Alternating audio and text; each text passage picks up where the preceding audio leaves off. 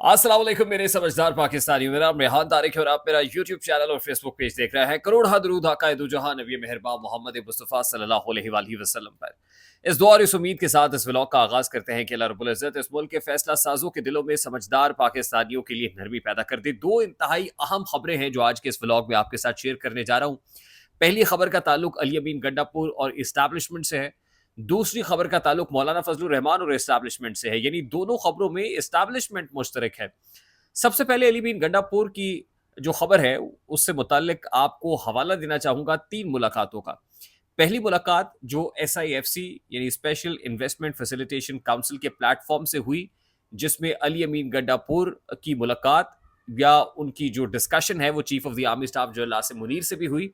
और अली अमीन गंडापुर ने SIFC की इस मीटिंग के खत्म होने के बाद खुद बताया कि दो बार उनकी chief of the army staff general Asim Munir से मुलाकात हुई, ताहम जो बात होनी चाहिए थी वो बात करने का कहने का मौका नहीं मिला। यानी वो बात क्या होनी चाहिए थी, वो इमरान खान, पाकिस्तान तहरीक इंसाफ, छीना हुआ मैंडेट चोरी वापस की जाए। ये सब बातें तो जनरल आसिम मुनीर से नहीं हुई, लेकिन दो दफा उनके साथ बात हुई। अब दो बार क्या बात हुई, अली अमीन गंडापुर की chief of the army staff general Asim Munir से किस मुतालिक बात हुई। देखिए, SIFC का प्लेटफॉर्म, एक शिकवा तो अली अमीन गंडापुर का ये था कि उनको SIFC की इस मीटिंग में नहीं बुलाया गया। फिर उसके बाद उन्हें बुला लिया गया और वो चले भी गए।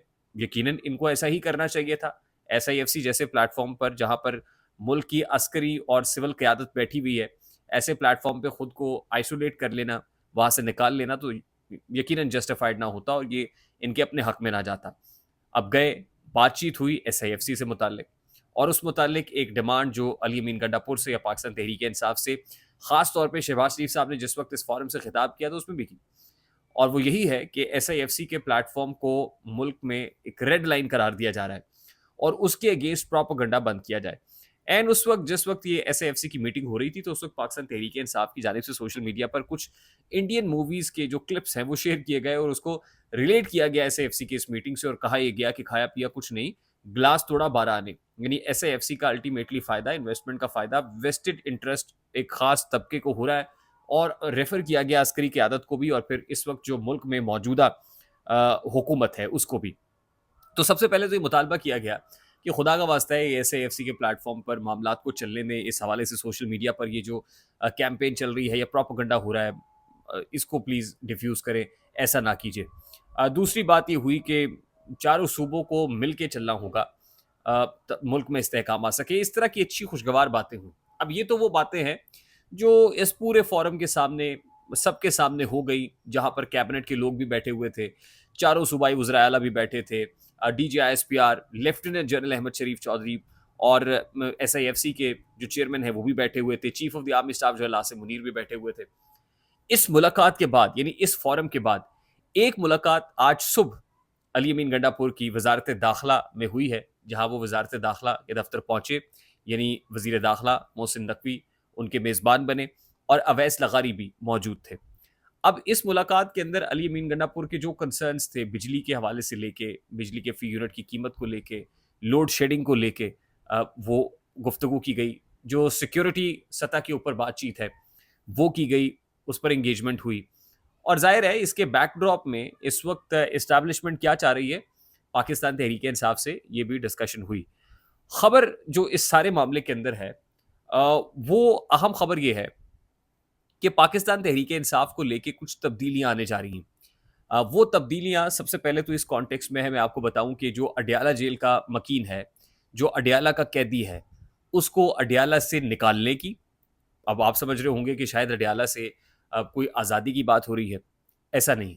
अडयाला से निकाल कर, ये खबर है जो मैं आपसे शेयर कर रहा हूँ, अडयाला से निकाल कर कोट लखपत जेल मुंतकिल करने की, यानी इस्लामाबाद से निकाल कर लाहौर मुंतकिल करने की तैयारी हो रही है।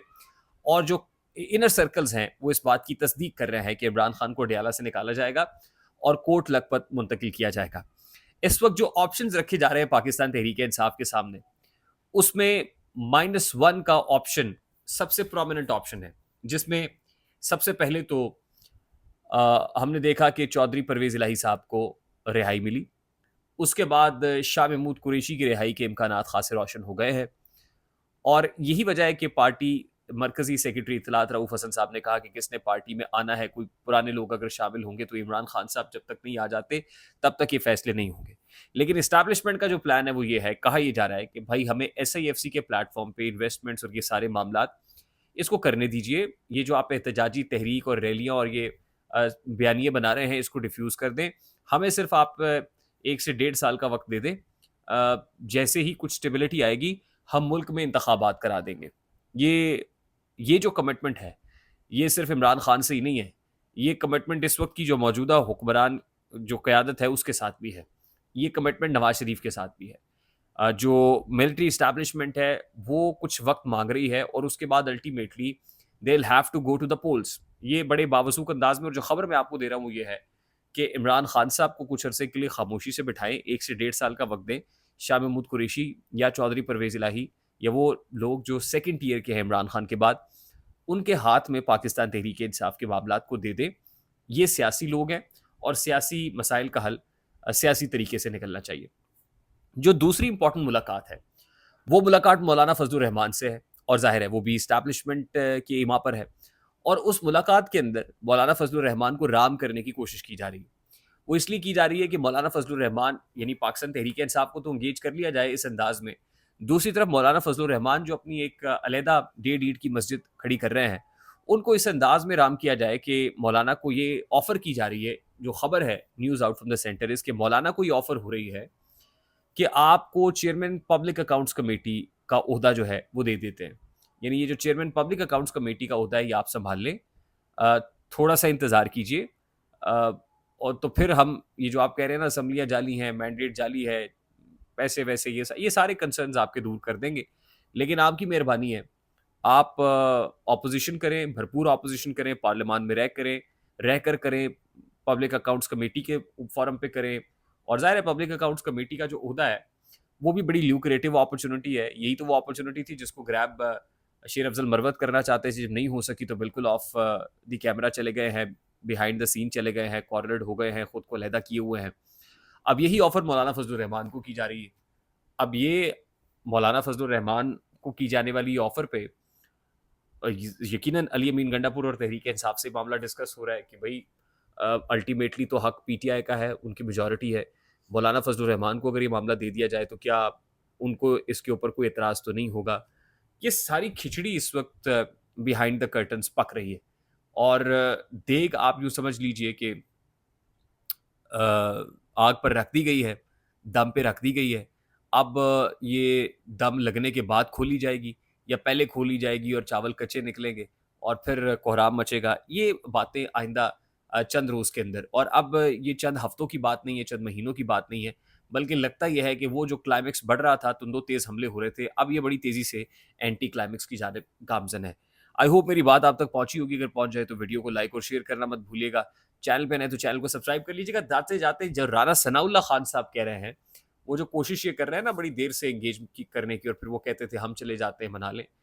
वो तो बराह रास्त ये कह रहे हैं इमरान खान साहब का बाहर आना मुमकिन नहीं है, लेकिन उससे पहले-पहले हम नेगोशिएशंस चाहते हैं, मुज़ाकरात चाहते हैं, बातचीत करना चाहते हैं और मामलात को किसी बन्ने लगाना चाहते हैं। तो ये उसी प्लान का हिस्सा है जो प्रपोज़ल इस वक़्त एस्टैब्लिशमेंट दे रही है।